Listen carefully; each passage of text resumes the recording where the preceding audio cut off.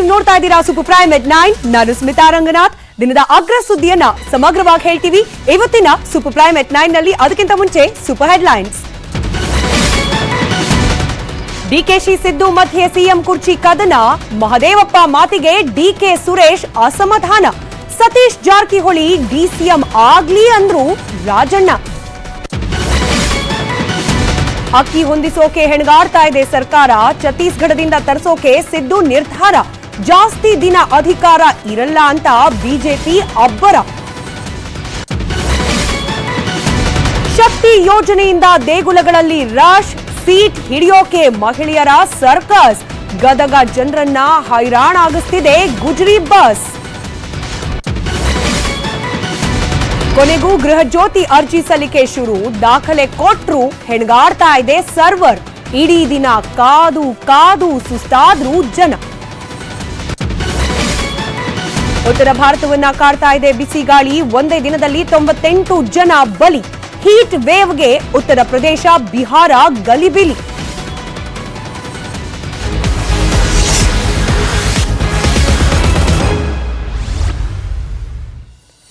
ಅಕ್ಕಿ ಹುಡುಕಾಟ ಇನ್ನೂ ನಿಂತಿಲ್ಲ. ಯಾಕಂದ್ರೆ ರಾಜ್ಯ ಸರ್ಕಾರಕ್ಕೆ ಬೇಕಾದಷ್ಟು ಪ್ರಮಾಣದ ಅಕ್ಕಿ ಎಲ್ಲೂ ಸಿಗ್ತಿಲ್ಲ. ಹೀಗಾಗಿ ಅಕ್ಕಿ ಸುತ್ತಲ ರಾಜಕೀಯ ವಾರ್ ಕೂಡ ನಿಲ್ತಾ ಇಲ್ಲ. ಅಕ್ಕಿ ಕೊಡಿ ಇಲ್ಲ ದುಡ್ಡು ಕೊಡಿ ಅಂತ ಇವ್ರಂದ್ರೆ, ಮೊದಲು ಅಕ್ಕಿ ಸಿಗದೆ ಟೆನ್ಷನ್ ನಲ್ಲಿರೋ ಸಿಎಂ ಅಕ್ಕಿ ತರ ದುಡ್ಡು ತಿನ್ನೋಕಾಗತ್ತಾ ಅಂತ ಗರಂ ಆದ್ರು.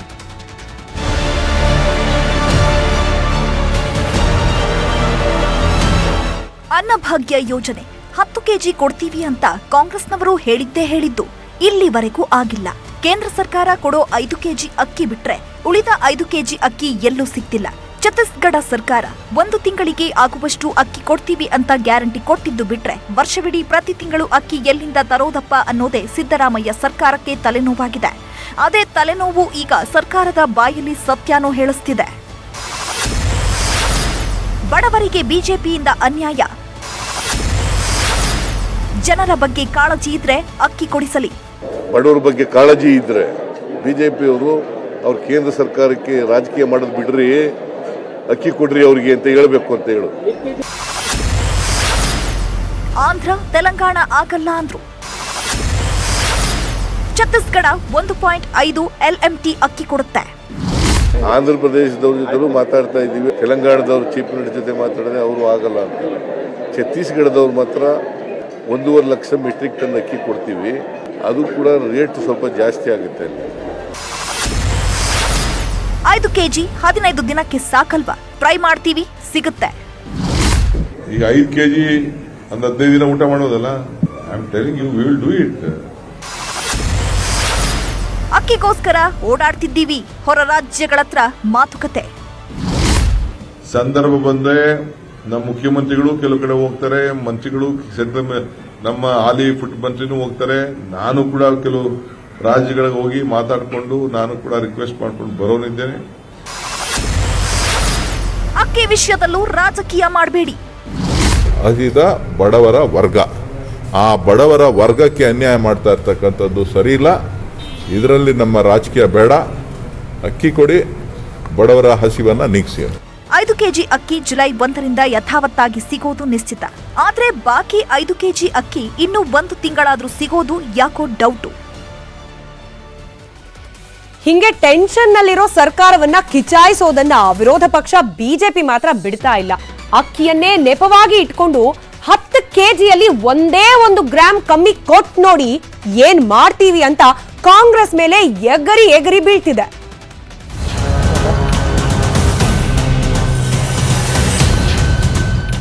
ಕಾಂಗ್ರೆಸ್ ಸರ್ಕಾರಕ್ಕೆ ತಿಂಗಳು ತುಂಬಿದ್ರೂ ಕೂಡ 4 ಗ್ಯಾರಂಟಿಗಳನ್ನ ಜಾರಿ ಮಾಡಲು ಆಗದಷ್ಟು ಪ್ರಸವ ನೋವು ಅನುಭವಿಸುತ್ತಿದೆ.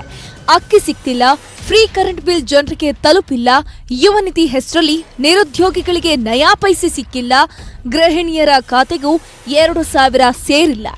ಇದ್ರ ಮಧ್ಯೆ ಒಳಗೊಳಗೆ ಕುರ್ಚಿಯ ಕಚ್ಚಾಟ. ಎಲ್ಲವನ್ನ ನೋಡ್ಕೊಂಡು ಕೂತಿರೋ ಬಿಜೆಪಿಯವರು ಈಗೀಗ ಸರ್ಕಾರದ ಮೇಲೆ ಸಿಕ್ಕಾಪಟ್ಟೆ ರಾಂಗ್ ಆಗ್ತವ್ರೆ. ಗ್ಯಾರಂಟಿ ಕೊಡ್ಲಿಲ್ಲ ಅಂದ್ರೆ ಬೇದಿಗಿಳಿತೀವಿ ಅಂತ ಗುಟುರು ಹಾಕ್ತಾನೆ ಸರ್ಕಾರದ ಮೇಲೆ ಸವಾರಿಯನ್ನ ಶುರು ಮಾಡ್ತಿದ್ದಾರೆ. ಎಷ್ಟು ಮೆಟ್ರಿಕ್ ಟನ್ ಅಕ್ಕಿ ಬೇಕು ಅಷ್ಟನ್ನು ಎಲ್ಲ ಕಡೆಯಿಂದನೂ ಪಡ್ಕೊಂಡು 1ನೇ ತಾರೀಕಿನಿಂದ ಕೊಡುವಂಥದ್ದು ಅವ್ರ ಕರ್ತವ್ಯ. ಕೊಡದೇ ಇದ್ದರೆ ನಾವು ಅದಕ್ಕೆ ಪ್ರತಿಭಟನೆಯನ್ನು ಮಾಡ್ತೀವಿ. ಕೇವಲ ಗ್ಯಾರಂಟಿ ಮಾಡ್ತೀವಿ ಅನ್ನುವಂಥ ಒಂದು ಭ್ರಮೆಯನ್ನು ಹುಟ್ಟಿಸಿ ಸರ್ಕಾರ ಬಹಳ ದಿವಸದ ಇದರ ಜನಪ್ರಿಯತೆ ಉಳಿಯೋದಿಲ್ಲ. ಎಲ್ಲಾದರೂ ಖರೀದಿ ಮಾಡಿ ಮತ್ತೊಂದು ಮಾಡಿ ಅವರು 10 kg ಕೊಡಬೇಕು ಅಂತ ಏನು ಭರವಸೆ ಕೊಟ್ಟಿದ್ದಾರೆ, ಅದನ್ನು ಈಡೇರಿಸಲೇಬೇಕು. ಯಾವುದೇ ಕಾರಣಕ್ಕೆ 1 ಗ್ರಾಮ್ ಕಡಿಮೆ ಆದರೂ ಸಹ ಜನ ಒಪ್ಪೋದಿಲ್ಲ. ಕೇಂದ್ರ ಸರ್ಕಾರವನ್ನು ದೂಷಣೆ ಮಾಡೋದು ಸರಿಯಲ್ಲ. ಲೋಕಸಭಾ ಚುನಾವಣೆ ಆದ್ಮೇಲೆ ವಿಧಾನಸಭೆ ಮೆಟ್ಲನ್ನ ಹತ್ತಕ್ಕಂತ ಮೊದಲ ದಿನ ಹೇಳಿರ್ತಕ್ಕಂಥದ್ದೇನು, ಇದು ಡಬಲ್ ಸ್ಟೇರಿಂಗ್ ಸರ್ಕಾರ ಅಂತ ಹೇಳಿದ್ದಾನೆ. ಲೋಕಸಭಾ ಚುನಾವಣೆ ಫಲಿತಾಂಶ ಬಂದು ಬಿಜೆಪಿ 25 ಕ್ಷೇತ್ರಗಳನ್ನ ಗೆದ್ದ ಮೇಲೆ ಪರಿಸ್ಥಿತಿ ಏನಾಗ್ತದೆ ರಾಜ್ಯ ಸರ್ಕಾರದ, ಆಮೇಲೆ ನೀವು ನೋಡಿ. ಕರ್ನಾಟಕದ ಸಿದ್ದರಾಮಯ್ಯನವರ ಸರ್ಕಾರ ಮತೀಯ ಶಕ್ತಿಗಳ ಕೈವಶ ಆಗಿದೆ. ಇಂದಲ್ಲ ನಾಳೆ ಮತಾಂತರ ನಿಷೇಧ ಕಾಯ್ದೆ ಬಂದ್ರೆ ಬೀದಿಗಿಳಿದು ಹೋರಾಟ ಮಾಡಬೇಕಾದಂತ ಪರಿಸ್ಥಿತಿ ನಿರ್ಮಾಣ ಆಗಿದೆ. ಜೈಲು ಸೇರಬೇಕಾದಂತ ಅನಿವಾರ್ಯತೆ ಬರಬಹುದು. ಫ್ರೀ ಅಂತ ಬಸ್ ಪ್ರಯಾಣ ಯೋಜನೆ ಜಾರಿಗೆ ತಂದಿರೋದು ಮಹಿಳೆಯರಿಗೆ ಅನುಕೂಲ ಆಗ್ಲಿ ಅಂತ. ಆದ್ರೆ ಅದ್ ಯಾಕೋ ಏನೋ ನಮ್ಮ ಮಹಿಳಾ ಮಣಿಗಳು ನಾಳೆನೆ ಈ ಫ್ರೀ ಕೊನೆ ಏನೋ ಅನ್ನೋ ಹಾಗೆ ಸಿಕ್ಕ ಕಡೆ ಬಸ್ ಹತ್ತು ಹೊಂಟು ಬಿಟ್ಟವ್ರೆ. ನೂಕು ನುಗ್ಲಲ್ಲಿ ಬಸ್ ಹತ್ತೋಕ್ ಹೋಗಿ ಎಡವಟ್ ಮೇಲೆ ಎಡವಟ್ಟು ಮಾಡ್ಕೊಳ್ತವ್ರೆ. ಅಯ್ಯಯ್ಯೋ ನನ್ನ ಕಂದಮ್ಮ, ಬಸ್ನಲ್ಲಿ ಮಹಿಳೆಯರ ಉಚಿತ ಪ್ರಯಾಣಕ್ಕೆ ಅವಕಾಶ ಕೊಟ್ರು, ಆದ್ರೆ ಸಾಕಷ್ಟು ಬಸ್ ಬಿಡ್ಲಿಲ್ಲ. ಶಕ್ತಿ ಯೋಜನೆಯ ಹೊಡೆತಕ್ಕೆ ಸಾಲು ಎಡವಟ್ಟು ಸಂಭವಿಸಿವೆ. ವಿಜಯಪುರದ ಮುದ್ದೇಬಿಹಾಳದಲ್ಲಿ ಮಗುವನ್ನ ಬಸ್ಗೆ ಹತ್ತಿಸಿದ ಮಹಿಳೆ ಸೀಟ್ ಸಿಕ್ಕಿರ್ಲಿಲ್ಲ. ಬಳಿಕ ತಾಯಿಯೇನೋ ಕೆಳಗಿಳಿದ್ಲು, ಆದ್ರೆ ಮಗು ಕೆಳಗೆ ಇಳಿದಿರ್ಲಿಲ್ಲ. ಅಷ್ಟರಲ್ಲಿ ಚಾಲಕ ಬಸ್ ಚಲಾಯಿಸಿದ್ದಾನೆ. ಮುಂದೇನಾಯ್ತು ಅಂತ ನೀವೇ ನೋಡಿ.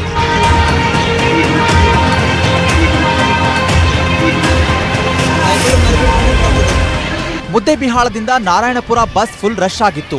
ಯುವಕನೋರ್ವ ಬಸ್ ಕಿಟಕಿಯಿಂದ ನುಸುಳಿ ಸೀಟ್ ಹಿಡ್ಕೊಂಡ. ತಾಯಿ ಬಸ್ ಹತ್ತಲಿಲ್ಲ ಅಂತ ಬಾಲಕ ಕಣ್ಣೀರಿಟ್ಟ. ವೃದ್ಧನೋರ್ವ ಮಹಿಳೆಯರ ಗುಂಪಿನಲ್ಲಿ ಸಿಕ್ಕು ಒದ್ದಾಡಿದ. ಕೊಳ್ಳೇಗಾಲದಲ್ಲಿ ಮಹಿಳೆಯರು ಬಾಗಿಲ ಮೂಲಕ ಬಸ್ ಹತ್ತಲಾಗದೆ ಕಿಟಕಿ ಮೂಲಕ ಬಸ್ ಹತ್ತಿದ್ದಾರೆ.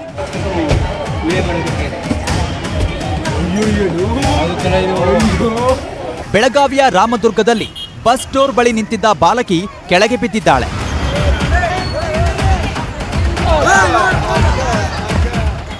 ರಾಮನಗರದಲ್ಲಿ ಒಂದು ಬಸ್ನಲ್ಲಿ 120 ಜನ ಪ್ರಯಾಣಿಸಿದ್ರು. ಸೀಟ್ ಸಿಗದಿದ್ದಕ್ಕೆ ಒಬ್ರು ಅಜ್ಜಿ ರೊಚ್ಚಿಗೆದ್ದು ಸರ್ಕಾರಕ್ಕೆ ಮಂಗಳಾರತಿ ಮಾಡಿದ್ರು. ಹೋಗ್ತೀವಿ, ಯಾಕೆ ಅನುಕೂಲ ಆಗ ಹಿಂಸೆ ನಮಗೆ ಬ್ಯಾಡಿ ನೋಡಿ. ವ್ಯವಸ್ಥೆ ಬೆಳಗ್ಗೆಯಿಂದ ನಿಂತೀವಿ, ಪೇಷಂಟ್ ನೋಡಕ್ ಮಂಡ್ಯಕ್ಕೆ ಹೋಗಕ್ಕೆ ಬಸ್ಸೇ ಇಲ್ಲ, ನಿಂತಿದೀವಿ. ಚಾಮರಾಜನಗರದಲ್ಲಿ ಮಹಿಳಾ ಮಣಿಗಳು ಸೀಟ್ ಹಿಡಿಯಲು ಹೋಗಿ ಕಿಟಕಿಗಳ ಉದ್ದಕ್ಕೂ ಹಾಕಿರುವ ಕಂಬಿಯನ್ನೇ ಮುರಿದ್ರು.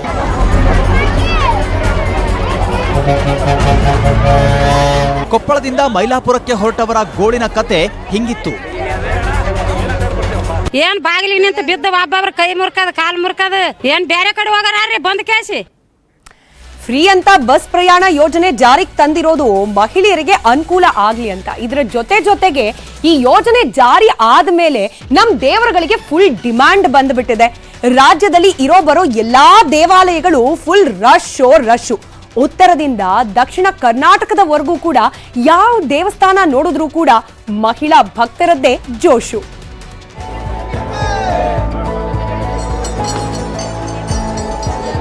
ಫ್ರೀ ಬಸ್ ಬಿಟ್ಟಿದ್ದು ಮಹಿಳೆಯರಿಗೆ ಇರೋ ಬರೋ ದೇವರೆಲ್ಲ ನೆನಪಾಗ್ತಿದ್ದಾರೆ. ಹೌದು, ರಾಜ್ಯದ ವಿವಿಧ ಕ್ಷೇತ್ರಗಳು ಮಹಿಳೆಯರಿಂದ ತುಂಬಿ ತುಳುಕ್ತಾ ಇದ್ದಾವೆ. ಆದ್ರೆ ಚಾಮರಾಜನಗರದ ಮಲೆಮಹದೇಶ್ವರ ಬೆಟ್ಟಕ್ಕೆ ಹೋಗುವ ಮಾರ್ಗದಲ್ಲಿ ಬಸ್ ಕೆಟ್ಟು ನಿಂತು ಸಾಕಷ್ಟು ಸಮಸ್ಯೆಯಾಯಿತು. ಆದ್ರೆ ದೇಗುಲಕ್ಕೆ ಅಪಾರ ಸಂಖ್ಯೆಯ ಭಕ್ತರು ಆಗಮಿಸಿದ್ರು.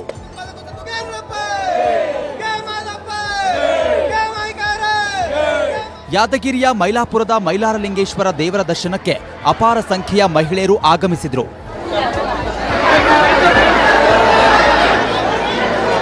ವಿಜಯಪುರದ ವಿಶ್ವವಿಖ್ಯಾತ ಗೋಳಗುಮ್ಮಟ ನೋಡೋದಕ್ಕೆ ಸಾವಿರಾರು ಮಹಿಳೆಯರು ಬಂದಿದ್ರು.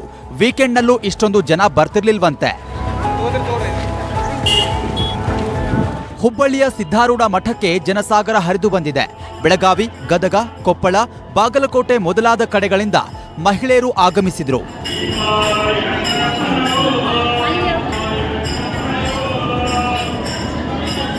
ಮುರುಡೇಶ್ವರ ಗೋಕರ್ಣದಲ್ಲಿ ಮಹಿಳಾ ಭಕ್ತಾದಿಗಳ ಸಂಖ್ಯೆ ಏರಿಕೆಯಾಗಿದೆ. ಮಹಿಳೆಯರು ಆತ್ಮಲಿಂಗ, ಮುರುಡೇಶ್ವರ, ಮಹಾಬಲೇಶ್ವರ ದರ್ಶನ ಪಡೆದರು. ಫ್ರೀ ಬಸ್ನಿಂದಲೇ ದೇವಸ್ಥಾನಗಳು ತುಂಬಿವೆ. ಇದು ಅಸಲಿ ಹಿಂದುತ್ವ ಅಂತ ಸಾರಿಗೆ ಸಚಿವ ರಾಮಲಿಂಗಾರೆಡ್ಡಿ ಟ್ವೀಟ್ ಮಾಡಿದ್ದಾರೆ.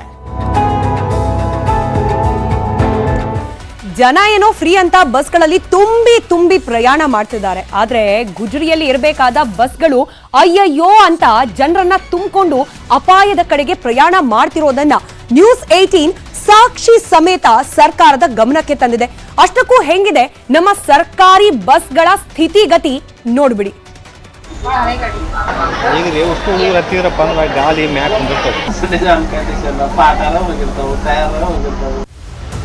ನಿಮ್ಗೆ ಡಬಲ್ ಗುಂಡಿಗೆ ಇದ್ಯಾ? ಎಂಥ ರಿಸ್ಕ್ ಬೇಕಾದ್ರೂ ತೆಗೆದುಕೊಳ್ಳುವ ಛಾತಿ ಇದೆಯಾ? ಹಾಗಾದ್ರೆ ನೀವು ಗದಗಕ್ಕೆ ಬರಲೇಬೇಕು. ಇಲ್ಲಿನ ಬಸ್ಗಳ ಡೋರ್ ಅಲುಗಾಡ್ತವೆ. ಸ್ಟೇರಿಂಗ್ ತುಕ್ಕು ಹಿಡಿದು ಅದೆಷ್ಟು ವರ್ಷ ಕಳೆದಿವೆ. ಬಸ್ ಓಡ್ತಿದ್ರೆ ಕೆಳಗಡೆಯಿಂದ ಕಲ್ಲು ಧೂಳು ನುಗ್ಗುತ್ತೆ. ಸೀಟ್ ಮೇಲೆ ಕೂತಿದ್ರೆ ಕೆಳಗೆ ರೋಡ್ ನೋಡೋ ಭಾಗ್ಯ ಸಿಗುತ್ತೆ. ಈ ಬಸ್ಗಳಿಗೆ ಕಿಟಕಿ ಗ್ಲಾಸ್ ಇಲ್ಲ, ಡೋರ್ ಅಂತೂ ಇಲ್ಲವೇ ಇಲ್ಲ. ಹರಿದ ಸೀಟ್ ಮೇಲೆ ಸಾಗುವ ಭಾಗ್ಯ ನಿಮಗ್ ಸಿಗುತ್ತೆ.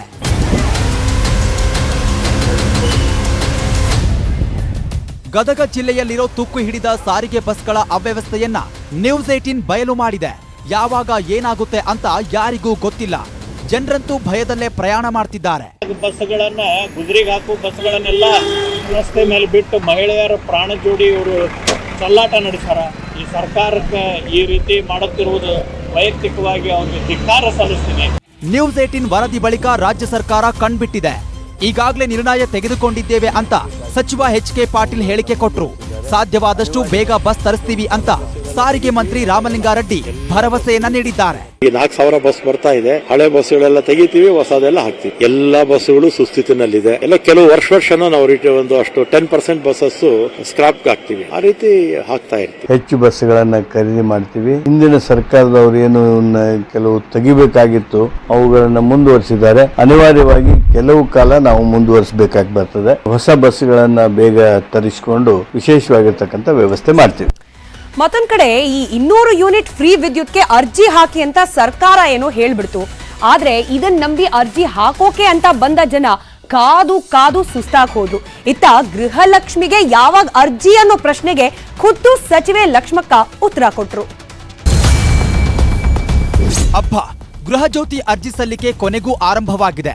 ಬೆಸ್ಕಾಂನ ಎಲ್ಲ ಸಬ್ ಡಿವಿಷನ್ ಅಲ್ಲೂ ಕೂಡ 11 ಗಂಟೆಯಿಂದ ಅರ್ಜಿ ಸಲ್ಲಿಕೆ ಶುರುವಾಗಿತ್ತು. ಬೆಸ್ಕಾಂನ 710 ಕಚೇರಿಗಳಲ್ಲಿ 911 ಅಕೌಂಟ್ ತೆರೆದು 1922 ಕಂಪ್ಯೂಟರ್ಗಳಲ್ಲಿ ಅರ್ಜಿ ಸಲ್ಲಿಸಲು ವ್ಯವಸ್ಥೆ ಮಾಡಲಾಗಿತ್ತು. ಆದರೆ ವಾಡಿಕೆಯಂತೆಯೇ ಯೋಜನೆಯ ವೆಬ್ಸೈಟ್ನಲ್ಲಿ ಗೊಂದಲವೋ ಗೊಂದಲ. ಮೀಟರ್ ನಂಬರ್ ಎಲ್ಲ ದಾಖಲೆ ಹಾಕಿದ್ರೂ ಅರ್ಜಿ ಸ್ವೀಕಾರ ಆಗ್ತಿರ್ಲಿಲ್ಲ. ಹುಬ್ಬಳ್ಳಿ ಧಾರವಾಡದಲ್ಲೂ ತಾಂತ್ರಿಕ ದೋಷ ಕಾಣಿಸಿಕೊಳ್ತು. ಮಧ್ಯಾಹ್ನ 1 ಗಂಟೆ ಆದ್ರೂ ಕೂಡ ಅರ್ಜಿ ಸ್ವೀಕೃತ ಆಗಿರಲಿಲ್ಲ. ಕರ್ನಾಟಕ 1 ಸೇರಿದಂತೆ ಎಲ್ಲೂ ಅರ್ಜಿ ಸ್ವೀಕಾರವಾಗ್ತಿರ್ಲಿಲ್ಲ. ಮಧ್ಯಾಹ್ನ 3 ಗಂಟೆಗೆ ಬರ್ತೀವಿ ಅಂದ್ರೆ ಇಲ್ಲ ಮಧ್ಯಾಹ್ನ ಬರಬೇಡ್ರಿ, ನೀವು ನಾಳೆ ಬೆಳಿಗ್ಗೆ ಬರ್ರಿ ಅಂತ ನಾಗತ್ತಾರ ಅವರು. ಅದೇ ಅಪ್ ಟು ಡೇಟ್ ಆಗೇದು ಇಲ್ಲೋ ಅಂತ ಇನ್ನೂ ಕನ್ಫರ್ಮೇಶನ್ ಇಲ್ಲ ಅವ್ರಿಗೆ. ಸಂಡೇ ಇರೋದ್ರಿಂದ ನಾವು ನಾಳೆ ಅವ್ರ ನೌಕರಿ ಬಿಟ್ಟು ಇಲ್ಲಿ ಬರುವಂತ ಪರಿಸ್ಥಿತಿ ಇದೆ. 1 ದಿವಸದ ಪಗಾರ ಹೋಗ್ತದೆ. ಗೃಹ ಜ್ಯೋತಿ ಯೋಜನೆಗೆ ಅರ್ಜಿ ಕಾಲ್ಫಾರ್ಮ್ ಮಾಡಿದ್ದೇವೆ. ಆಪ್ ಅನ್ನ ಬೇಗ ಲಾಂಚ್ ಮಾಡ್ತೀವಿ. ಸಾಫ್ಟ್ವೇರ್ ರೆಡಿ ಆಗ್ತಿದೆ ಅಂತ ಸಚಿವೆ ಲಕ್ಷ್ಮಿ ಹೆಬ್ಬಾಳ್ಕರ್ ಹೇಳಿದ್ರು. ಗೃಹ ಜ್ಯೋತಿ ಇವತ್ತಿಂದ ಅರ್ಜಿ ಕಾಲ್ಫಾರ್ಮ್ ಮಾಡಿದ್ವಿ. ಇನ್ನು ಗೃಹಲಕ್ಷ್ಮಿಯನ್ನ ಅತಿ ಶೀಘ್ರದಲ್ಲೇ ನಮ್ಮ ಅಪ್ಲಿಕೇಶನ್ ಲಾಂಚ್ ಮಾಡಿ. ಇನ್ನು ಈ 5 ಗ್ಯಾರಂಟಿಗಳ ಪೈಕಿ ಬಹುತೇಕ ಗ್ಯಾರಂಟಿಗಳ ಫಲಾನುಭವಿ ಆಗ್ಬೇಕು ಅಂದ್ರೆ ಅರ್ಜಿ ಹಾಕೋಕೆ ಆನ್ಲೈನ್ ಮಾರ್ಗವನ್ನ ತೋರಿಸ್ತಾ ಇದೆ ಸರ್ಕಾರ. ಆದ್ರೆ ಹಿಂಗೆ ಎಲ್ಲಾ ಒಟ್ಟೊಟ್ಟಿಗೆ ಅರ್ಜಿಯನ್ನ ಹಾಕೋದ್ರಿಂದ ಸೈಬರ್ ಕಳ್ಳರು ಆಕ್ಟಿವ್ ಆಗಬಹುದು ಅನ್ನೋ ಆತಂಕವನ್ನ ಸೈಬರ್ ತಜ್ಞರು ವ್ಯಕ್ತಪಡಿಸುತ್ತಿದ್ದಾರೆ. ಅದರಲ್ಲೂ ಬಹುತೇಕ ಗ್ಯಾರಂಟಿಗಳ ಫಲಾನುಭವಿ ಆಗ್ಲಿಕ್ಕೆ ನಮ್ಮ ಮೊಬೈಲ್ ನಂಬರ್, ಆಧಾರ್, ಬ್ಯಾಂಕ್ ಖಾತೆಯ ಡೀಟೇಲ್ಸ್ ಹೀಗೆ ಖಾಸಗಿ ಮಾಹಿತಿಗಳನ್ನ ಕೂಡ ಹಂಚಿಕೊಳ್ಳೋದು ಅನಿವಾರ್ಯ ಆಗಿರೋದ್ರಿಂದ ಇದನ್ನೇ ಕನ್ನ ಹಾಕೋಕೆ ಸೈಬರ್ ಕಳ್ಳರು ಹೊಂಚ್ ಹಾಕಬಹುದು ಅನ್ನೋ ಆತಂಕ. ಹಾಗಾದ್ರೆ ಈ ಗ್ಯಾರಂಟಿ ಯೋಜನೆಗಳಿಗೆ ನೀಡ್ತಾ ಇರುವ ಈ ದಾಖಲಾತಿಗಳು ಅದರಿಂದ ಯಾವ ರೀತಿ ಸೈಬರ್ ಆತಂಕ ಇದೆ ಅನ್ನೋದನ್ನ ಸೈಬರ್ ತಜ್ಞರೇ ವಿವರಿಸಿದ್ದಾರೆ. ಗಮನಿಸ್ತಾ ಹೋಗೋಣ. ಈ ಗ್ಯಾರಂಟಿಗಳಿಗೆ ಆನ್ಲೈನ್ ನಲ್ಲಿ ಅರ್ಜಿಯನ್ನ ಹಾಕ್ಲಿಕ್ಕೆ ಮಾರ್ಗವನ್ನ ಸೂಚಿಸ್ತಾ ಇದೆ ಸರ್ಕಾರ. ಹೀಗಾಗಿ ಬಹುತೇಕರು ಆನ್ಲೈನ್ ಮೊರೆ ಹೋಗ್ತಿದ್ದಾರೆ. ಇನ್ಫ್ಯಾಕ್ಟ್ ಕೆಲವೊಂದು ಕೇಂದ್ರಗಳನ್ನ ಏನ್ ಸೂಚಿಸಲಾಗಿದೆ, ಬೆಂಗಳೂರು 1, ಕರ್ನಾಟಕ 1 ಈ ರೀತಿಯಾಗಿ ಹೋದ್ರೂ ಕೂಡ ಅಲ್ಲೂ ಆನ್ಲೈನ್ ಮೂಲಕವೇ ಈ ಖಾಸಗಿ ಡೇಟಾಗಳನ್ನ ಅಪ್ಲೋಡ್ ಮಾಡುವ ಪ್ರಕ್ರಿಯೆ ಪ್ರಗತಿಯಲ್ಲಿದೆ. ಹೀಗಾಗಿ ಆ ಸಂದರ್ಭದಲ್ಲಿ ಅಂದ್ರೆ ನಾವು ಫಲಾನುಭವಿಗಳ ಆಗ್ಬೇಕು ಅನ್ನೋ ಸಂದರ್ಭದಲ್ಲಿ ಅರ್ಜಿ ಹಾಕುವಾಗ ನಮ್ಮ ಬ್ಯಾಂಕ್ ಖಾತೆಯ ಡೀಟೇಲ್ಸ್ ಅನ್ನ ಕೆಲವೊಂದ್ ಕಡೆ ಕೊಡಬೇಕಾಗುತ್ತೆ. ಫಾರ್ ಎಕ್ಸಾಂಪಲ್ ಗೃಹಲಕ್ಷ್ಮಿ ಯೋಜನೆಯ ಫಲಾನುಭವಿ ಆಗ್ಬೇಕು ಅಂತಂದ್ರೆ ಮಹಿಳೆಯರು ಕಡ್ಡಾಯವಾಗಿ ಬ್ಯಾಂಕ್ ಖಾತೆಯ ಡೀಟೇಲ್ಸ್ ಅನ್ನ ಕೊಡಬೇಕಾಗುತ್ತೆ. ಹಾಗೆ ಬಾಕಿ ಎಲ್ಲ ಯೋಜನೆಗಳಲ್ಲಿ ಆಧಾರ್ ಕಾರ್ಡ್ ನ ಡೀಟೇಲ್ಸ್ ಅನ್ನ ಕೊಡಬೇಕು. ಗೃಹ ಜ್ಯೋತಿಯಲ್ಲಿ ಕೂಡ RR ನಂಬರ್, ಮೊಬೈಲ್ ನಂಬರ್ ಜೊತೆಗೆ ಆಧಾರ್ ಡೀಟೇಲ್ಸ್ ಅನ್ನ ಕೂಡ ಕೊಡಬೇಕಾಗುತ್ತೆ. ಹಾಗೆ ಕೆಲವೊಂದು ಕಡೆಗಳಲ್ಲಿ ಪಾನ್ ಕಾರ್ಡ್ ಡೀಟೇಲ್ಸ್ ಅನ್ನ ತೆಗೆದುಕೊಳ್ತಾರೆ, ಮೊಬೈಲ್ ನಂಬರ್ ಡೀಟೇಲ್ಸ್ ಅನ್ನ ಅಪ್ಲೋಡ್ ಮಾಡೋದು ಬಹುತೇಕ ಕಡೆಗಳಲ್ಲಿ ಕಡ್ಡಾಯ. ಹೀಗೆ ಇದೆಲ್ಲವನ್ನ ಕೂಡ ಕೊಡೋ ಸಂದರ್ಭದಲ್ಲಿ ಅರ್ಜಿ ಸಲ್ಲಿಕೆ ಆಗೋ ಸಂದರ್ಭದಲ್ಲಿ OTP ಜನರೇಟ್ ಆಗುತ್ತೆ. ಈ OTP ಮೂಲಕ ಕೂಡ ಸೈಬರ್ ಕಳ್ಳರು ಆಕ್ಟಿವ್ ಆಗಬಹುದು ಅಥವಾ ವಂಚನೆಗೆ ಮಾರ್ಗಗಳನ್ನ ಹುಡ್ಕೊಳ್ಬಹುದು ಅನ್ನೋ ಆತಂಕವನ್ನ ಸೈಬರ್ ತಜ್ಞರು ಹೊರಹಾಕ್ತಾ ಇದ್ದಾರೆ.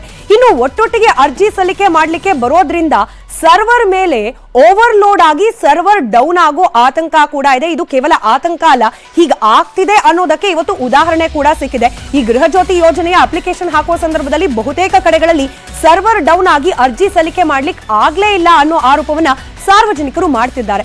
ಇನ್ನು ಸೈಬರ್ ಕಳ್ಳರು ದಾಖಲೆಗಳನ್ನ ಕದಿಯೋ ಆತಂಕ ಇದೆ. ಅಂದ್ರೆ ಪರ್ಸನಲ್ ಡೀಟೇಲ್ಸ್ ಅನ್ನ ಡೇಟಾವನ್ನ ನಾವು ಈ ಅರ್ಜಿ ಸಲ್ಲಿಕೆ ಸಂದರ್ಭದಲ್ಲಿ ಕೊಡೋದ್ರಿಂದ, ಫಾರ್ ಎಕ್ಸಾಂಪಲ್ ಮನೆ ಅಡ್ರೆಸ್ ಆಗಿರಬಹುದು ಅಥವಾ ಆಧಾರ್ ನಂಬರ್ ಡೀಟೇಲ್ಸ್ ಆಗಿರಬಹುದು, ಮೊಬೈಲ್ ಸಂಖ್ಯೆ ಇರಬಹುದು, ಈ ಡೇಟಾಗೋಸ್ಕರನೇ ಬಹಳಷ್ಟು ಡಿಮ್ಯಾಂಡ್ ಇದೆ ಆಚೆ ಮಾರ್ಕೆಟ್ ನಲ್ಲಿ. ಹೀಗಾಗಿ ಕದ್ದು ಖಾಸಗಿ ಮಾಹಿತಿಗಳನ್ನ ಓಪನ್ ಮಾರ್ಕೆಟ್ ನಲ್ಲಿ ಮಾರಾಟ ಮಾಡಲಿಕ್ಕೆ ಸೈಬರ್ ಕಳ್ಳರು ಆಕ್ಟಿವ್ ಆಗಬಹುದು ಅನ್ನೋ ಆತಂಕವನ್ನ ಸೈಬರ್ ತಜ್ಞರು ಹೊರಹಾಕ್ತಿದ್ದಾರೆ. ಹಾಗೆ OTP ಹೆಸರಲ್ಲಿ ಬ್ಯಾಂಕ್ ಖಾತೆಗಳಿಗೆ ಕನ್ನ ಹಾಕುವ ಸಾಧ್ಯತೆ ಕೂಡ ಇರುತ್ತೆ. ಬೈ ಮಿಸ್ಟೇಕ್ ಏನಾದ್ರೂ ನಿಮಗೆ ಜನರೇಟ್ ಆಗೋ OTP ಯನ್ನ ಬೇರೆಯವ್ರ ಕೈಲಿ, ಅಂದ್ರೆ ಯಾರು ಅಧಿಕಾರಿಗಳು ಸಿಬ್ಬಂದಿಗಳಿರ್ತಾರೆ ಅವರನ್ನ ಹೊರತುಪಡಿಸಿ ದಲ್ಲಾಳಿಗಳ ಥ್ರೂ ಅಥವಾ ಬ್ರೋಕರ್ಗಳ ಥ್ರೂ ಹೋಗಿ ಅಪ್ಲಿಕೇಶನ್ ಹಾಕುವ ಸಂದರ್ಭದಲ್ಲಿ ಬೇರೆಯವ್ರ ಕೈಲಿ ಏನಾದ್ರೂ OTP ಸಿಕ್ಕಿದ್ರೆ ಬ್ಯಾಂಕ್ ಖಾತೆಗೇನೆ ಡೈರೆಕ್ಟ್ ಆಕ್ಸೆಸ್ ಸಿಗೋ ರೀತಿಯಲ್ಲಿ ಆಗ್ಬಿಡಬಹುದು ಅನ್ನೋ ಆತಂಕ ಕೂಡ ಇದೆ. ಇದರ ಜೊತೆಗೆ ನಾನು ಆಗ್ಲೇ ಹೇಳ್ತಾ ಇದ್ದ ಹಾಗೆ ಜನರ ವೈಯಕ್ತಿಕ ದಾಖಲೆಗಳು ಕೂಡ ಸೋರಿಕೆ ಆಗಬಹುದು ಅನ್ನೋ ಆತಂಕವನ್ನ ಸೈಬರ್ ತಜ್ಞರು ಹೊರಹಾಕ್ತಿದ್ದಾರೆ. ಹಾಗಾದ್ರೆ ಹೀಗೆ ಆಗಬಾರ್ದು ಅಂದ್ರೆ ಏನ್ ಮಾಡಬೇಕು? ಇದಕ್ಕೂ ಕೂಡ ಒಂದಷ್ಟು ಪರಿಹಾರವನ್ನ ಸೈಬರ್ ಎಕ್ಸ್ಪರ್ಟ್ಗಳು ನೀಡ್ತಿದ್ದಾರೆ ಸಲಹೆ ರೂಪದಲ್ಲಿ. ಏನದು ಗಮನಿಸ್ತಾ ಹೋಗೋಣ. ಒಂದೇ ಕೇಂದ್ರದಲ್ಲಿ ಹೆಚ್ಚೆಚ್ಚು ದಾಖಲಾತಿಗಳನ್ನ ಅಥವಾ ಅರ್ಜಿಗಳನ್ನ ಸಲ್ಲಿಕೆ ಮಾಡಿ ಅಂತ ಹೇಳೋದಕ್ಕಿಂತ ಸ್ಪ್ಲಿಟ್ ಮಾಡಿ ಅದನ್ನ, ಅಂದ್ರೆ ಹೆಚ್ಚಿನ ಸಂಖ್ಯೆಯಲ್ಲಿ ಮೊಬೈಲ್ ಸೇವಾ ಕೇಂದ್ರಗಳನ್ನ ತೆರೀರಿ ಅನ್ನೋ ಸಲಹೆಯನ್ನ ಸರ್ಕಾರಕ್ಕೆ ನೀಡಿದ್ದಾರೆ. ಇದು ಸರ್ವರ್ ಮೇಲೆ ಓವರ್ಲೋಡ್ ಆಗಿ ಸರ್ವರ್ ಡೌನ್ ಆಗೋ ಸಮಸ್ಯೆಗೆ ಪರಿಹಾರವನ್ನ ಸೂಚಿಸುತ್ತೆ.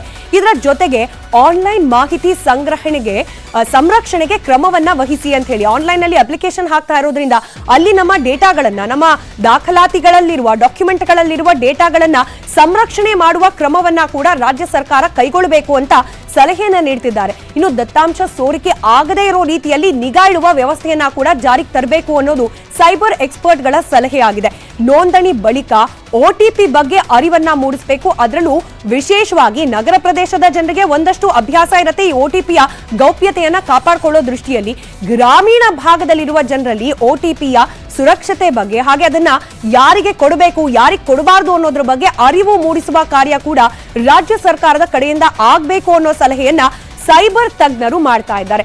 ಇದಿಷ್ಟು ಸೈಬರ್ ಆತಂಕ, ಹಾಗೆ ಅದಕ್ಕೆ ಬೇಕಾದ ಸಲಹೆ ಸೂಚನೆಗಳಾದ್ರೆ ಈ ಗ್ಯಾರಂಟಿ ಅಂತ ಸೈಲೆಂಟ್ ಆಗಿ ಬೇರೆ ಕ್ಷೇತ್ರಗಳಲ್ಲಿ ಆಗ್ತಿರೋ ದರ ಏರಿಕೆ ಜನರ, ಅದರಲ್ಲೂ ವ್ಯಾಪಾರಸ್ಥರ ಕಣ್ಣನ್ನ ಕೆಂಪಾಗಿಸಿಬಿಟ್ಟಿದೆ. ಕರೆಂಟ್ ಬಿಲ್ ಇಳಿಸಿ ಅಂದ್ರೆ ಕೇಳದ ಸರ್ಕಾರದ ವಿರುದ್ಧ ಈಗ ರಾಜ್ಯದಲ್ಲಿ ಬಂದ್ ಅಸ್ತ್ರ ಹೂಡೋಕೆ ಉದ್ಯಮಿಗಳು ಸಿದ್ಧವಾಗಿರುವಂತೆ ಕಾಣ್ತಾ ಇದೆ.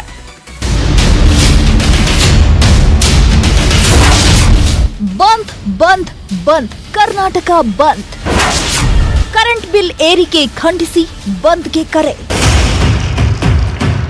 ಬಿಜೆಪಿ ಅವಧಿಯಲ್ಲಾದ ಬೆಲೆ ಏರಿಕೆಯನ್ನೇ ಬಂಡವಾಳ ಮಾಡಿಕೊಂಡು ಅಧಿಕಾರಕ್ಕೆ ಬಂದಿದ್ದು ಕಾಂಗ್ರೆಸ್. ಕುರ್ಚಿ ಮೇಲೆ ಕೂರ್ತಿದ್ದಂತೆ ಉಲ್ಟಾ ಹೊಡೆದ ಸಿದ್ದರಾಮಯ್ಯ ಡಿಕೆಶಿ ಸರ್ಕಾರ ಎಣ್ಣೆ ಬೆಲೆ ಏರಿಸಿದಾಗ ಕುಡುಕರು ಸುಮ್ಮನಿದ್ರು. ತೆರಿಗೆ ಏರಿಸ್ತೀವಿ ಅಂದಾಗ್ಲೂ ಜನ ಸುಮ್ಮನಿದ್ರು. ಯಾವಾಗ ಕರೆಂಟ್ ಬಿಲ್, ನೀರಿನ ಬಿಲ್ ಹೆಚ್ಚಿಸಿದ್ರು ಆಗ ಗ್ಯಾರಂಟಿ ನಂಬ್ಕೊಂಡಿದ್ದವರು ಸಿಡಿದೆದ್ರು. ಎಲ್ಲರಿಗಿಂತ ಜೋರಾಗೆ ಸಿಡಿದೆದ್ದವರು ಉದ್ಯಮಿಗಳು. ಈಗ ಅದೇ ಉದ್ಯಮಿಗಳು ವಿದ್ಯುತ್ ದರ ಇಳಿಸಬೇಕು ಅಂತ ಕರ್ನಾಟಕ ಬಂದ್ಗೆ ಕರೆ ಕೊಟ್ಟಿದ್ದಾರೆ. ಕರ್ನಾಟಕದಲ್ಲಿ ವಿದ್ಯುತ್ ದರ ಏರಿಕೆಯನ್ನು ವಿರೋಧಿಸಿ ಕರ್ನಾಟಕ ವಾಣಿಜ್ಯೋದ್ಯಮ ಮತ್ತು ಕೈಗಾರಿಕೆಗಳ ಒಕ್ಕೂಟ ಚೇಂಬರ್ ಆಫ್ ಕಾಮರ್ಸ್ ಜೂನ್ 22ರಂದು ಕರ್ನಾಟಕ ಬಂದ್ಗೆ ಕರೆ ನೀಡಿದೆ. ಜೂನ್ 10ಕ್ಕೆ ಕೆಸಿಸಿಐನವರು ಸರ್ಕಾರಕ್ಕೆ 1 ವಾರಗಳ ಗಡುವು ವಿಧಿಸಿದ್ರು. ಸರ್ಕಾರ ಕ್ಯಾರೆ ಅಂದಿಲ್ಲ. ಹಾಗಾಗಿ ಜೂನ್ 22ಕ್ಕೆ ಕರ್ನಾಟಕ ಬಂದ್ಗೆ ಕರೆ ಕೊಟ್ಟಿದ್ದಾರೆ. ಮುಖ್ಯಮಂತ್ರಿಗಳೇ ಕರ್ನಾಟಕ ಬಂದ್ ಆಗುತ್ತಾ ಅಂದ್ರೆ ಸಿದ್ದರಾಮಯ್ಯ ಸಾಹೇಬ್ರು ಹೇಳಿದ್ದಿಷ್ಟು. FKCCI ಮಾತಾಡಿ ಅವ್ರಿಗೆ ಕನ್ವಿನ್ಸ್ ಮಾಡಲಿಕ್ಕೆ ಎಲ್ಲ ಮಾಹಿತಿ, ಫ್ಯಾಕ್ಟ್ಸ್ ಅಂಡ್ ಫಿಗರ್ಸ್ ಜೊತೆಲ್ಲ ಕೊಟ್ಟಿದ್ದಾರೆ. I hope that they are convinced ಅಂತ ಅನ್ಕೊಂಡಿದ್ದೀನಿ. ಎಷ್ಟು ಪೈಸೆ ಕಡಿಮೆ ಆಗ್ಬೋದು? ಕಡಿಮೆ ಆಗಲ್ರಿ, ಅವರು ಬಂದ್ ಮಾಡ್ತಾ ಇದ್ದಾರೆ. ನಾನು ಮಾತಾಡ್ತೀನಿ ಮತ್ತೆ ಅಧಿಕಾರಿಗಳು. ಒಂದು ದಿನ ಕೈಗಾರಿಕೆಗಳು ಬಂದ್ ಆದ್ರೂ ರಾಜ್ಯದ ಬೊಕ್ಕಸಕ್ಕೆ ಕೋಟಿ ಕೋಟಿ ನಷ್ಟ ಆಗುತ್ತೆ. ಮೊದಲೇ ಆರ್ಥಿಕ ಹೊರೆಯಲ್ಲಿರೋ ಸರ್ಕಾರ ಸಮಸ್ಯೆ ಬಗೆಹರಿಸಿದ್ರೆ ಉತ್ತಮ. ಫ್ರೀ ಫ್ರೀ ಫ್ರೀ, ನಂಗೂ ಫ್ರೀ ನಿಂಗೂ ಫ್ರೀ, ಅದ್ಯಾವ ಘಳಿಗೆಲಿ ಕಾಂಗ್ರೆಸ್ ನಾಯಕರು ಹಿಂಗ್ ಅಂದ್ರೋ ಗೊತ್ತಿಲ್ಲ. ಜನ ಅಂತೂ ಅದನ್ನ ಸಖತ್ ಸೀರಿಯಸ್ ಆಗಿ ತಗೊಂಡ್ಬಿಟ್ರು. 5 ಗ್ಯಾರಂಟಿ ಮಾತ್ರ ಅಲ್ಲ ಸ್ವಾಮಿ, ಪ್ರಣಾಳಿಕೆ, ಪ್ರಚಾರದ ಭಾಷಣ ಎಲ್ಲಾ ಕಡೆ ಹೇಳಿದ್ರಲ್ಲ, ಅದೆಲ್ಲವನ್ನ ಕೂಡ ಮಾಡ್ಲೇಬೇಕು ಅನ್ನೋದು ಜನರ ಹಠ. ಅದರಲ್ಲೂ ಸ್ತ್ರೀ ಶಕ್ತಿ ಸಾಲ ಮನ್ನಾ ವಿಚಾರದಲ್ಲಿ ಇದೇ ಪಟ್ಟನ್ನ ಹಿಡಿದಿದ್ದಾರೆ ಮಹಿಳೆಯರು.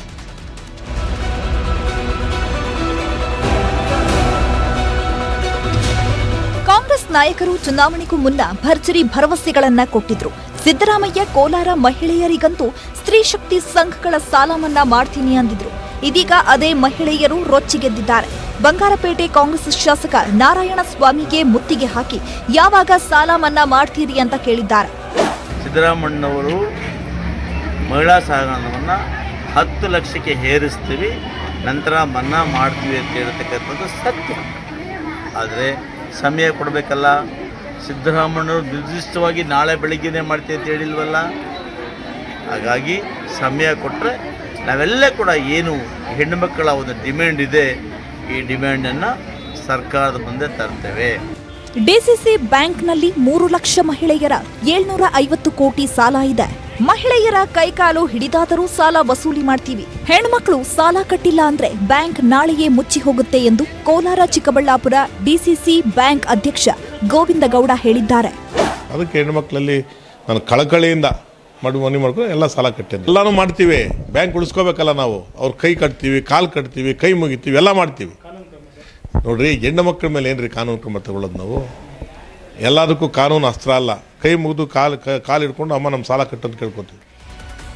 ಈ ಗ್ಯಾರಂಟಿ ವಾರಂಟಿ ಮಧ್ಯೆ ಹೈರಾಣ ಆಗ್ತಿರೋ ಕಾಂಗ್ರೆಸ್ನಲ್ಲಿ ಮತ್ತೆ ಸಿಎಂ ಕುರ್ಚಿ ಕದನ ಶುರುವಾದಂತಿದೆ. ನಿನ್ನೆ ಗೌರಿಗದ್ದೆಯಿಂದ ಶುರುವಾದ ಚರ್ಚೆ ಇವತ್ತು ಬಿಜೆಪಿ ಟ್ವಿಟರ್ ಟಾಂಗ್ ವರೆಗೂ ಕೂಡ ಬಂದು ನಿಂತಿದೆ. ಕಾಂಗ್ರೆಸ್ನವರು ಸುಮ್ಮನಾಗ್ತಿಲ್ಲ. ಸಿದ್ದರಾಮಯ್ಯನವರೇ 5 ವರ್ಷ ಸಿಎಂ ಅಂತ ಸಿದ್ದು ಬೆಳಗ. ಡಿಕೆ ಶಿವಕುಮಾರ್ ಮುಂದಿನ ಮುಖ್ಯಮಂತ್ರಿ ಅಂತ ಡಿಕೆಶಿ ಟೀಮ್ ಮಧ್ಯೆ ಕಲಹ ನಡೆಯುತ್ತಿದೆ. ಈ ಕಲಹಕ್ಕೆ ಮತ್ತೆ ತುಪ್ಪ ಸುರಿದಿದ್ದು ಸಚಿವ ಮಹಾದೇವಪ್ಪ ಹೇಳಿಕೆ. ಈಗ ಚರ್ಚೆ ಆಗಿರೋದು ಸಿದ್ದರಾಮಯ್ಯ ಮುಖ್ಯಮಂತ್ರಿ, he will continue as chief minister. ಮಹಾದೇವಪ್ಪನವರು ಯಾತಕ್ಕೆ ಏನ್ ಹೇಳ್ತಾರೆ ಗೊತ್ತಿಲ್ಲ. ಅವ್ರಿಗೆ ಕೆಲಸ ಮಾಡೋದಕ್ಕಿಂತ, ಸಚಿವರಾಗಿ ಕೆಲಸ ಮಾಡೋದಕ್ಕಿಂತ ಬೇರೆದ್ರ ಬಗ್ಗೆ ಅವ್ರಿಗೆ ಆಸಕ್ತಿ ಜಾಸ್ತಿ ಅಂತ ಕಾಣಿಸ್ತದೆ. ಅದಕ್ಕೆ ಹೇಳಿಕೆ ಕೊಟ್ಟಿರ್ಬೋದು. ನಾನು ಮಾದೇವಪ್ಪರ ಕೇಳಿ ನಾನು ಅವಾಗ ಹೇಳಿದ ಮೇಲೆ ನಾನು ಸ್ಪಷ್ಟೀಕರಣ ಕೂಡ ಕೊಟ್ಟಿದ್ದೀನಿ. ನಮ್ಮ ಡಿಕೆ ಸಾಹೇಬ್ರಿಗೆ ಒಂದ್ಸಲಿ ಕರ್ಕೊಂಡ್ಬರ್ತೀವಿ, ಅವರಿಗೊಂದು ಆಶೀರ್ವಾದ ಮಾಡ್ಬಿಡಿ ಗುರುಗಳೇ, ಸದ್ಯದಲ್ಲೇ ನೀವು ಮುಖ್ಯಮಂತ್ರಿ ಆಗ್ತೀರಿ ಅಂತ ಅವ್ರಿಗೊಂದು ಆಶೀರ್ವಾದ ಮಾಡ್ಬಿಟ್ರೆ ನಮಗೆ ಇನ್ನೇನು ನಮ್ಮ ಸ್ವಂತ.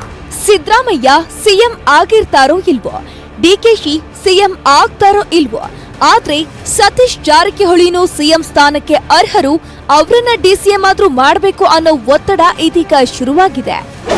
ನಾವು ಈ ರಾಜ್ಯದ ಮುಖ್ಯಮಂತ್ರಿ ಒಂದು ದಿವಸ ಆಗಬೇಕು, ಆ ಗುರಿಯನ್ನ ಸಾಧಿಸಲಿಕ್ಕೆ ಏನಾದ್ರು ಅವಕಾಶ ಇದೆ ಅಂದ್ರೆ ಸತೀಶ್ ಅವರು ಒಪ್ಪಿದ್ದಾರೆ. ನಾನು ಹೇಳ್ತಾ ಇದ್ದೆ, ನಾವು ಒಂದು ಡಿಸಿಎಂ ಕೇಳೋದು ನಡೆದಿದೆ ಅಂತ ಅಂತಿದ್ದೆ. ಕೇಳಿ ಬಂದ್ರು ಮುಗಿದೋದ ಅಧ್ಯಾಯ. ಬಂದಾಗ ನೋಡೋಣ, ಈಗ ಪ್ರಶಸ್ತ ಹತ್ರ ಅವಶ್ಯಕತೆ ಇಲ್ಲ, ಮುಂದೆ ಬಂದಾಗ ನೋಡೋಣ. ನೋಡಿ, ಅದ ಪಕ್ಷ ತೀರ್ಮಾನ. ಇನ್ನು ಕಾಂಗ್ರೆಸ್ನ ಒಳಗೆ ಕುರ್ಚಿ ಕಚ್ಚಾಟ ನೋಡ್ಕೊಂಡು ಬಿಜೆಪಿಯವರು ಸುಮ್ಮನಿರ್ತಾರ. ನಮ್ದು ಇರ್ಲಿ ಅಂತ ಮಾತಿನ ವಾಗ್ದಾಳಿ ನಡೆಸೇ ಬಿಟ್ರು. ನನಗನ್ಸುತ್ತೆ ಡಿಕೆ ಶಿವಕುಮಾರ್ ಅವರು ತಿರುಕನ್ ಕನಸನ್ನ ಕಾಣ್ತಾ ಇದ್ದಾರೆ. 100% ಸಿದ್ದರಾಮಯ್ಯನವರು ಚಾಣಕ್ಯ ರಾಜಕಾರಣಿ. ಸಿದ್ದರಾಮಯ್ಯನವರಿಗೆ ಓಪನ್ ಚಾಲೆಂಜ್ ಅನ್ನ ಕೊಡ್ತಾ ಇದ್ರು. ದಯವಿಟ್ಟು ನೀವೇ ಆ ತರದೇನ ಇದ್ರೆ ಓಪನ್ ಆಗಿ ಹೇಳ್ಬಿಡಿ, ನಾನಿರೋದು 2 ವರ್ಷ, 2 ವರ್ಷಕ್ಕೆ ನಾನು ಸಹಕಾರ ಮಾಡಿ, 2 ವರ್ಷ ಆದ್ಮೇಲೆ ನಾನು ಇರಲ್ಲ, ಹೇಳಿ ನೋಡೋಣ. ಇದಿಷ್ಟು ರಾಜ್ಯ ರಾಜಕೀಯದ ಅಪ್ಡೇಟ್ಸ್. ಆದ್ರೆ ಇತ್ತ ಮಣಿಪುರ ಅಕ್ಷರಶಃ ಹೊತ್ತಿ ಉರಿತಾ ಇದೆ. ಮೀಸಲಾತಿ ಮಹಾಗ್ನಿ ಸ್ವರೂಪ ಪಡೆದು ಹಾದಿ ಬೀದಿಯಲ್ಲಿ ಹಿಂಸಾಚಾರ ನಡೀತಾ ಇದೆ. ಸಾಮಾಜಿಕ ಜಾಲತಾಣಗಳಲ್ಲೂ ಕೂಡ ಈ ಕೋಪಾಗ್ನಿಯ ಉರಿ ಕಾಣೋಕೆ ಸಿಗ್ತಾ ಇದೆ.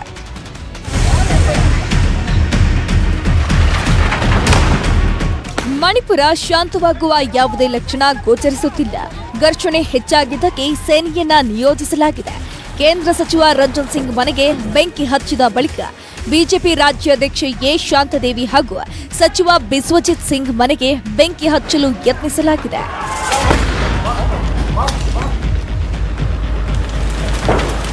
ಇಂಫಾಲದಲ್ಲಿ ಪರಿಸ್ಥಿತಿ ಪ್ರಕ್ಷುಬ್ಧವಾಗಿದೆ. ಬಿಜೆಪಿ ಕಚೇರಿ, ಬಿಜೆಪಿ ನಾಯಕರ ಮನೆಗಳನ್ನೇ ಟಾರ್ಗೆಟ್ ಮಾಡಲಾಗ್ತಿದೆ. ಇದರ ಮಧ್ಯೆ ಪ್ರಮುಖ ಆದಿವಾಸಿ ನಾಯಕರ ಟ್ವಿಟರ್ ಹ್ಯಾಂಡಲ್ ರದ್ದುಪಡಿಸಲಾಗಿದೆ.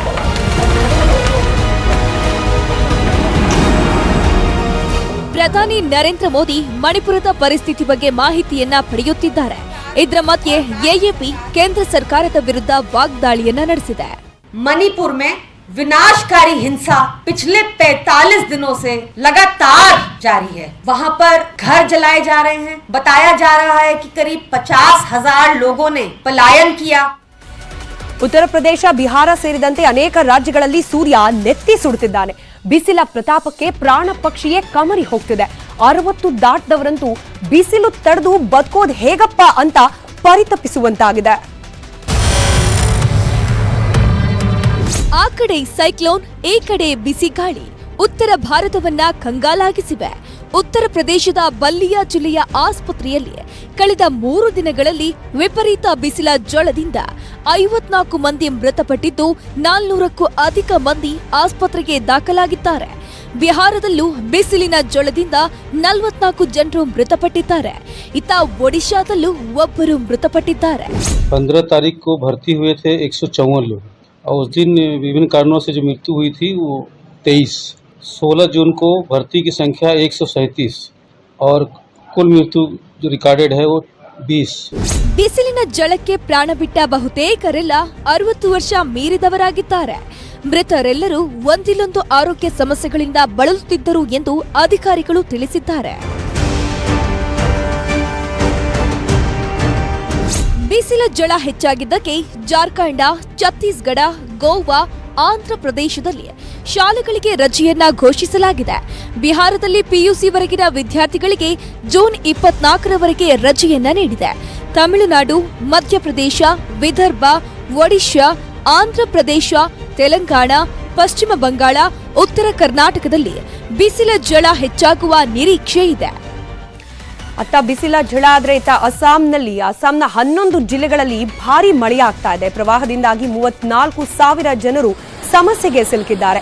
77 ಗ್ರಾಮಗಳು ಪ್ರವಾಹ ಪೀಡಿತವಾಗಿದ್ದು 209 ಹೆಕ್ಟೇರ್ ಭೂಮಿಯಲ್ಲಿನ ಬೆಳೆ ನಾಶವಾಗಿದೆ. ಮತ್ತೊಂದು ಕಡೆ ಸಿಕ್ಕಿಂನಲ್ಲೂ ಭಾರಿ ಮಳೆ ಬಿದ್ದು ಅಲ್ಲಲ್ಲಿ ಭೂಕುಸಿತ ಸಂಭವಿಸಿದೆ. ಇದರಿಂದಾಗಿ 3,500 ಮಂದಿ ಪ್ರವಾಸಿಗರು ಬೆಟ್ಟ ಗುಡ್ಡಗಳಲ್ಲಿ ಸಿಲುಕಾಕೊಂಡಿದ್ದಾರೆ. ಭಾರತೀಯ ಸೇನೆ ಹಾಗೆ ವಿವಿಧ ರಕ್ಷಣಾ ಪಡೆಗಳು ಪ್ರವಾಸಿಗರನ್ನ ರಕ್ಷಣೆ ಮಾಡ್ತಿವೆ. ಬ್ರಹ್ಮಪುತ್ರ ಸೇರಿದಂತೆ ಅನೇಕ ನದಿಗಳಲ್ಲಿ ನೀರಿನ ಹರಿವು ಭಾರಿ ಪ್ರಮಾಣದಲ್ಲಿ ಹೆಚ್ಚಾಗಿದೆ. ದಿನದ ಮತ್ತಷ್ಟು ಪ್ರಮುಖ ಸುದ್ದಿಯನ್ನ ಕ್ವಿಕ್ ಆಗಿ ನೋಡೋಣ ಸೂಪರ್ ಸ್ಪೀಡ್ನಲ್ಲಿ. ಯುಪಿಎಸ್ಸಿ ಟಾಪರ್ಸ್ ಅಭಿನಂದನಾ ಕಾರ್ಯಕ್ರಮದಲ್ಲಿ ಸಿಎಂ ಸಿದ್ದರಾಮಯ್ಯ ಕನ್ನಡ ಅಭಿಮಾನ ಮೆರೆದಿದ್ದಾರೆ. ಕರ್ನಾಟಕದಲ್ಲಿ ಕಾರ್ಯಕ್ರಮ ನಡೀತಾ ಇದೆ. ಹೊರಗಿನ ಕೆಲವೊಬ್ಬರಿಗೋಸ್ಕರ ಕನ್ನಡ ಅರ್ಥ ಆಗದಿದ್ರೂ ಪರವಾಗಿಲ್ಲ, ಕನ್ನಡದಲ್ಲೇ ಮಾತನಾಡ್ತೀನಿ ಎಂದಿದ್ದಾರೆ. Vinay Kumar requested me to speak in English, but I do not want to speak in English.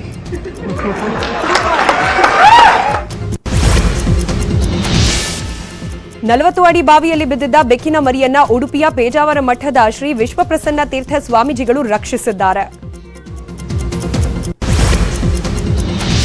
Bengaluru ಪೊಲೀಸರು ವೀಕೆಂಡ್ನಲ್ಲಿ ಬಿಗ್ ಆಪರೇಷನ್ ಮಾಡಿದ್ದಾರೆ. ಡ್ರಗ್ಸ್ ಸೇರಿ ಅನೈತಿಕ ಚಟುವಟಿಕೆಯಲ್ಲಿ ಭಾಗಿಯಾದ 25ಕ್ಕೂ ಹೆಚ್ಚು ಆಫ್ರಿಕನ್ ಪ್ರಜೆಗಳನ್ನು ವಶಕ್ಕೆ ಪಡೆದಿದ್ದಾರೆ. 26 ವಿದೇಶಿಗರಲ್ಲಿ 6 ಜನ ಡ್ರಗ್ಸ್ ಸೇವಿಸಿದ್ದು ಪತ್ತೆಯಾಗಿದೆ. ಕಾರವಾರದಲ್ಲಿ ಭಾರತೀಯ ರಕ್ಷಣಾ ಸಂಶೋಧನೆ ಮತ್ತು ಅಭಿವೃದ್ಧಿ ಸಂಸ್ಥೆ ತಪಸ್ ಅನ್ನು ಮಾನವರಹಿತ ವೈಮಾನಿಕ ವಾಹನದ ಪರೀಕ್ಷೆ ಮಾಡಿದೆ. ಟೆಸ್ಟ್ನಲ್ಲಿ ತಪಸ್ ಪಾಸ್ ಆಗಿದೆ. ಪ್ರಧಾನಿ ಮೋದಿ 102ನೇ ಮನ್ ಕಿ ಬಾತ್ನಲ್ಲಿ ನೀರಿನ ಸಮಸ್ಯೆ ಕುರಿತು ಚರ್ಚೆ ಮಾಡಿದ್ದಾರೆ. ಉತ್ತರ ಪ್ರದೇಶ ಬಾಂದಾದ ತುಳಸಿರಾಮ್ 40ಕ್ಕೂ ಹೆಚ್ಚು ಕೆರೆಯನ್ನ ನಿರ್ಮಿಸಿದ್ದಾರೆ. ಇದರಿಂದ ಅಂತರ್ಜಲ ಮಟ್ಟ ಸುಧಾರಿಸುತ್ತಿದೆ ಅಂತ ಶ್ಲಾಘಿಸಿದ್ದಾರೆ. ಉತ್ತರ ಪ್ರದೇಶದ ಬುಲಂದ್ಶಹರ್ ಜಿಲ್ಲೆಯಲ್ಲಿ 23 ವರ್ಷದ ಮುಸ್ಲಿಂ ಯುವಕನನ್ನ ಕೆಲವರು ಮರಕ್ಕೆ ಕಟ್ಟಿ ಥಳಿಸಿದ್ದಾರೆ. ಅಷ್ಟೇ ಅಲ್ಲ, ಯುವಕನಿಗೆ ಜೈ ಶ್ರೀರಾಮ್ ಘೋಷಣೆ ಕೂಗುವಂತೆ ಒತ್ತಾಯಿಸಿ ತಲೆ ಬೋಳಿಸಿದ್ದಾರೆ.